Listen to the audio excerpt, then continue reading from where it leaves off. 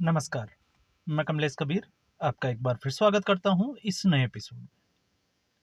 आज के इस एपिसोड में हम बात करेंगे केजरीवाल की सुरक्षा को लेकर। केजरीवाल जिसको दो राज्यों की, एक दिल्ली की पुलिस सुरक्षा दे रही थी और दूसरा राज्य जिसमें पंजाब पुलिस। अब पंजाब पुलिस की जो सुरक्षा है उसको हटा दिया गया है और उसके बाद में आम आदमी पार्टी और भारतीय जनता पार्टी के बीच में दिल्ली चुनावों को लेकर गतिरोध जो है वो और ज्यादा बढ़ गया है और एक दूसरे के ऊपर जो है वो आरोप प्रत्यारोप का दौर जारी है। अब ऐसी स्थिति में हम पार्टी विशेष की बात नहीं करके अरविंद केजरीवाल की सुरक्षा की बात करते हैं। जिस तरीके से आम आदमी पार्टी भारतीय जनता पार्टी के ऊपर निशाना लगा रही है कि भारतीय जनता पार्टी से आम आदमी पार्टी को तो नहीं, अरविंद केजरीवाल को या उनकी सुरक्षा को खतरा है। और देश में ऐसा पहली बार हुआ है, इससे पहले भी जो है वो राजनीति होती आई है। फिर उसमें चाहे कांग्रेस पार्टी के बड़े नेता इंदिरा गांधी की बात कर लीजिए, राजीव गांधी, उनकी मौत भी हुई और पंजाब में बेअंत सिंह की भी जो है वो मौत हुई। तो इस तरीके की घटनाएं तो हुई, लेकिन किसी पार्टी ने दूसरी पार्टी के ऊपर आरोप लगाया हो, ऐसा जो है वो पहली बार हो रहा है। तो इसमें जब हम अरविंद केजरीवाल के थ्रेट परसेप्शन की बात करते हैं तो हमें जो है वो खोजना यह है कि अरविंद केजरीवाल को खतरा किससे है, भारतीय जनता पार्टी से, दिल्ली के वोटर्स से, या फिर किसी और से। तो जब बात यहां पार्टी विशेष की आती है तो अरविंद केजरीवाल की जिस तरीके से राजनीति रही है, या हम कहें कि अगर अरविंद केजरीवाल को आम भारतीय जनता पार्टी मरवाना चाहती तो इससे पहले भी जो है वो बहुत सारे मौके होंगे।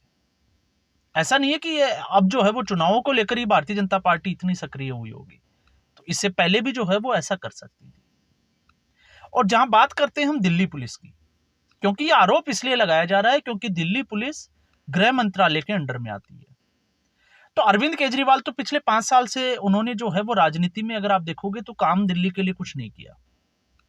उन्होंने आरोप ही यही लगाया है कि भारतीय जनता पार्टी ने, कभी एलजी ने और कभी एमसीडी उनके पास नहीं है, इसलिए वो काम कर ही नहीं पाए। तो ऐसी स्थिति में अगर अरविंद केजरीवाल ये नया आरोप लगा भी देते हैं तो उससे जो है वो ज्यादा फर्क मुझे लगता है कि पड़ने वाला है नहीं।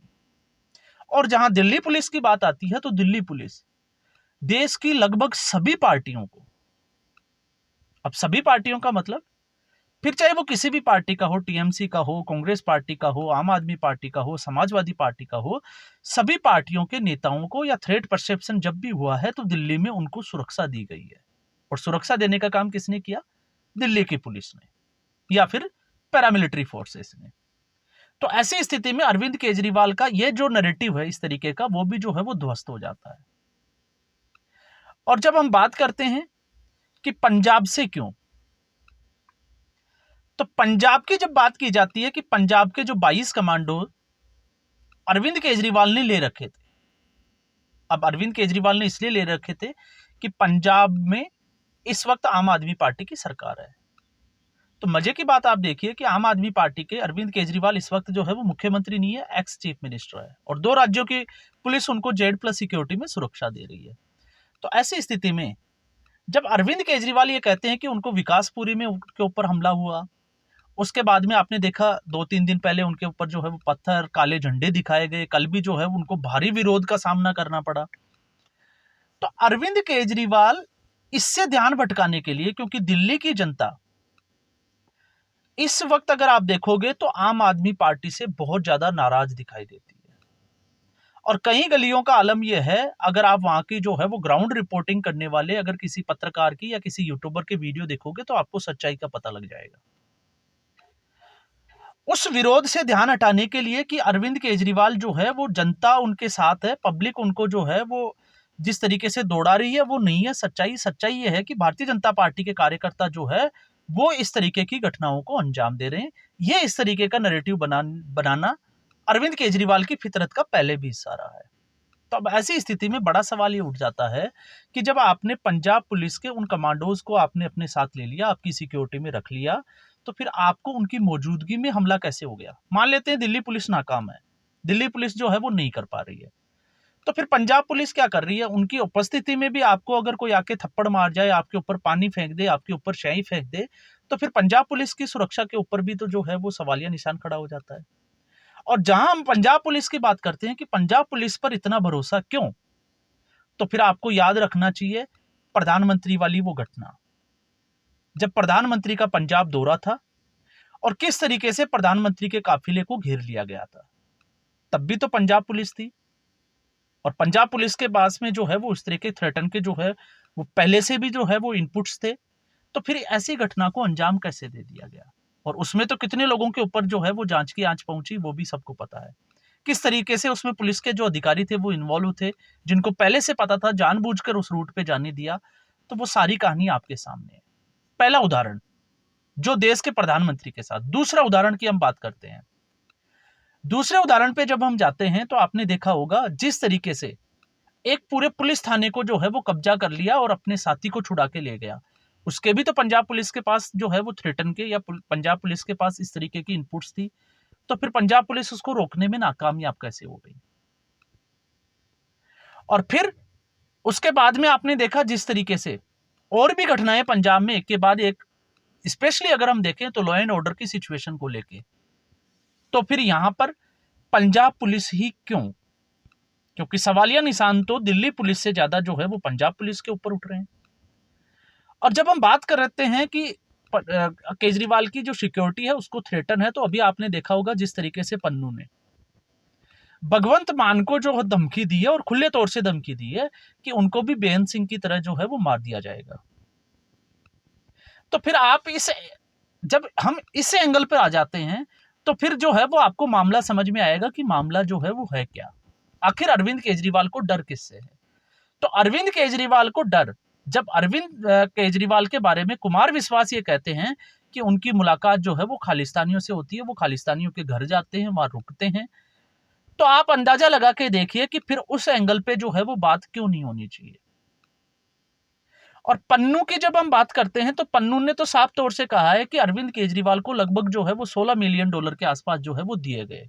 क्यों दिए गए, क्योंकि अरविंद केजरीवाल ने, और ये तो पब्लिक डोमेन में है, हम पन्नू की बात नहीं कर रहे कि पन्नू जो है वो सच बोल रहा है या झूठ बोल रहा है, ये जो है वो पब्लिक डोमेन में है कि अरविंद केजरीवाल ने ये वादा किया था कि वो भुल्लर को जो है वो जैसे ही वो सत्ता में आएंगे वो उनको रिहाई करवा देंगे, और इसके लिए जो है वो अरविंद केजरीवाल ने चिट्ठी भी लिखी थी। तो इससे तो कोई नकार नहीं सकता। लेकिन जब 11 साल होने के बाद में आज भी जो है वो भुल्लर जेल में है, और फिर उसके बाद में एक एंगल आता है जिसमें पन्नू के द्वारा ये धमकी दी जाती है कि मैंने जो है वो आम आदमी पार्टी की सरकार को या अरविंद केजरीवाल को पैसे दिए हैं, तो फिर हम इस एंगल से क्यों नहीं सोच पाते। और जब यहां पे बात आ जाती है तो फिर भगवंत मान की भी बात शुरू हो जाती है, क्योंकि भगवंत मान को तो अब सीधे तौर से जो है वो धमकी दी गई है। तो क्या अरविंद केजरीवाल को भारतीय जनता पार्टी तो सिर्फ एक नैरेटिव है चुनाव जीतने का, जो है कि इससे जो है वो चुनाव जीता जा सकता है, लेकिन इससे जो साफ चीजें निकल के आई, वो साफ चीजें ये निकल के आई कि अरविंद केजरीवाल को डर है मतदाताओं से, दिल्ली की वोटर्स से, दिल्ली की जनता से, क्योंकि वो जहां पर जा रहे हैं, और अगर वो ये कहते हैं कि जनता उनसे प्यार करती है, तो फिर आप सोच के देखिए कि अपने विधायकों के टिकट क्यों काटे, अगर अरविंद केजरीवाल ने पूरी दिल्ली में अच्छे काम किए, और वो कहते हैं कि उनके खिलाफ कोई एंटी इनकम्बेंसी है ही नहीं, कि दिल्ली की जनता चाहती है कि अरविंद केजरीवाल की ही सरकार आएगी और अरविंद केजरीवाल ही जो है वो उनके लिए विकास के कार्य कर सकते हैं। तो आप जिसकी मॉडल की बात करते हो, शिक्षा क्रांति की, मनीष सिसोदिया, उसको आप पटपड़गंज से जंगपुरी क्यों लेके चले गए, ये भी तो एंटी इनकम्बेंसी का ही एक जो है वो उदाहरण है। आपने बहुत सारे जो है वो एमएलए का टिकट काट दिया, तो वो टिकट क्यों काटा, क्योंकि उन्होंने तो अच्छा काम किया है, तो फिर आपको उनको टिकट काटने की जरूरत क्या थी। तो ये तो होता है अरविंद केजरीवाल की ग्राउंड लेवल की सच्चाई की। और फिर हम दूसरे एंगल पे जब हम इसमें साथ में एक बार और अगर हम उसमें जाएं, तो दूसरा है कि अरविंद केजरीवाल, इस वक्त अरविंद केजरीवाल को पता है कि ये चुनाव जो है वो हाथ से निकलता जा रहा है, इसलिए किसी भी पैतरे में कोई कमी नहीं रहनी चाहिए, इसलिए वो एक के बाद एक जो है वो नए नए पैतरे जो है वो फेंकते जा रहे हैं। और पैतरे किस तरीके से फेंकते जा रहे हैं, और अगर उनका दूरगामी असर देखोगे, तो दूरगामी असर जब हम देखते हैं, तो अब मैं यहां पे अरविंद केजरीवाल को ही नहीं कोस रहा, फिर चाहे भारतीय जनता पार्टी हो या कांग्रेस पार्टी हो। राजनीति में जिस तरीके से फ्री बीज की रेवड़ियों का एक खतरनाक स्तर पर जो खेल खेला जा रहा है, ये आने वाले समय में आप देख लीजिएगा 5 साल के बाद में ये बहुत खतरनाक स्तर पर जाने वाला है। क्यों जाने वाला है? क्योंकि टैक्स पेयर का जो पैसा है वो इस तरीके से इस्तेमाल होगा, ये टैक्स पेयर तो सोचता नहीं होगा। और कितने तरीके के टैक्स जो है वो लगते होंगे। आप एक कार लेते हैं, रोड टैक्स देते हैं आप आरटीओ को पहले ही, उसके बाद जीएसटी भी लगता है, इसके बाद अलावा जो है वो आपको पेट्रोल पे टैक्स देना पड़ता है, आप टोल टैक्स देते हो। तो तमाम तरह के जब हम टैक्स देते हैं, सर्विस टैक्स देते हैं, तो आप सोच के देखिए कि एक टैक्स पेयर जो है वो क्या इसलिए टैक्स देता है कि एक राजनीति वाला आएगा और वो फ्री में जो है वो शराब बांटेगा और फ्री में जो है वो बिजली पानी और इस तरीके की जो है वो सुविधाएं देगा। तो फिर टैक्स पेयर का क्या होगा? वो विकास के लिए ये कर रहा है, टैक्स दे रहा है, या फिर जो है वो इसलिए दे रहा है कि देश का डेवलपमेंट होगा? तो इसलिए मैंने कहा है, और इसमें एक पार्टी का रोल नहीं है, इसमें सभी पार्टियां जो है वो शरीक है, फिर चाहे भारतीय जनता पार्टी ही क्यों ना हो। और भारतीय जनता पार्टी को भी ये सोचना पड़ेगा। थोड़े समय के लिए हम ये कह सकते हैं कि लोहे को लोहे काटता है, इसलिए आम आदमी पार्टी को सत्ता से बाहर करने के लिए उसकी पिच पर ही उतरना पड़ेगा। ये एक जो है वो कुछ समय तक हम इसको इस तरीके से डिफेंड कर सकते हैं, लेकिन उसके बाद बाकी राज्यों में भी तो भारतीय जनता पार्टी ऐसा ही कर रही है। तो इसलिए राजनीति का जो खेल है वो बड़ा ही खतरनाक स्तर पर जा रहा है, और राजनेताओं से भरोसा जो है वो लगातार, लोगों का भरोसा कम इसीलिए होता जा रहा है क्योंकि कोई भी पार्टी उसमें पीछे नहीं है। तो यहां पर मुद्दा अगर आप देखोगे तो अरविंद केजरीवाल की सुरक्षा से जुड़ा हुआ नहीं है। यहां पे मुद्दा अरविंद केजरीवाल के लिए बहुत सारे हैं। और आप देखिए, अगर आम आदमी पार्टी चुनाव हार जाती है तो उसके बाद में जिस तरीके से खुलासे होंगे वो अपने आप में जो है वो अनबिलीवेबल होंगे, क्योंकि कुछ तो आम आदमी पार्टी के नेता जो हारेंगे वही इस तरीके के खुलासे करते नजर आएंगे। और दूसरा, जब हार की स्थिति होती है और पार्टी जब सत्ता से बाहर होती है तो फिर नए नए कनेक्शन जो है, जिन्होंने पैसा दिया है वो भी खुलकर सामने आएंगे, क्योंकि उनके काम तो वैसे के वैसे ही रहेंगे। तो इसलिए अगर आपको भी लग रहा है कि भारतीय जनता पार्टी जो है वो कुछ इस तरीके से अरविंद केजरीवाल को रोकना चाहती है, जिस तरीके से अरविंद केजरीवाल ने अपनी ऑटोबायोग्राफी में भी रखा है, तो मुझे लगता है कि वो हमारा एक एंगल है। इससे हटकर हमें दूसरे एंगल से भी देखना चाहिए, जिसमें फिर खालिस्तान भी आएगा और जिसमें फिर जो है वो दिल्ली का वोटर भी आएगा। अब तय जो है वो जनता ने करना है, और वो भी दिल्ली की जनता ने करना है कि अरविंद केजरीवाल का इस तरीके का जो नैरेटिव है वो ध्वस्त होगा, या फिर अरविंद केजरीवाल को इसका फायदा होगा, या अरविंद केजरीवाल को इसका बूस्टअप मिलेगा। तो आज के एपिसोड में बस इतना ही। उम्मीद करूंगा वीडियो एपिसोड आपको पसंद आया होगा। वीडियो को लाइक करें, शेयर करें, चैनल जरूर सब्सक्राइब करें। धन्यवाद।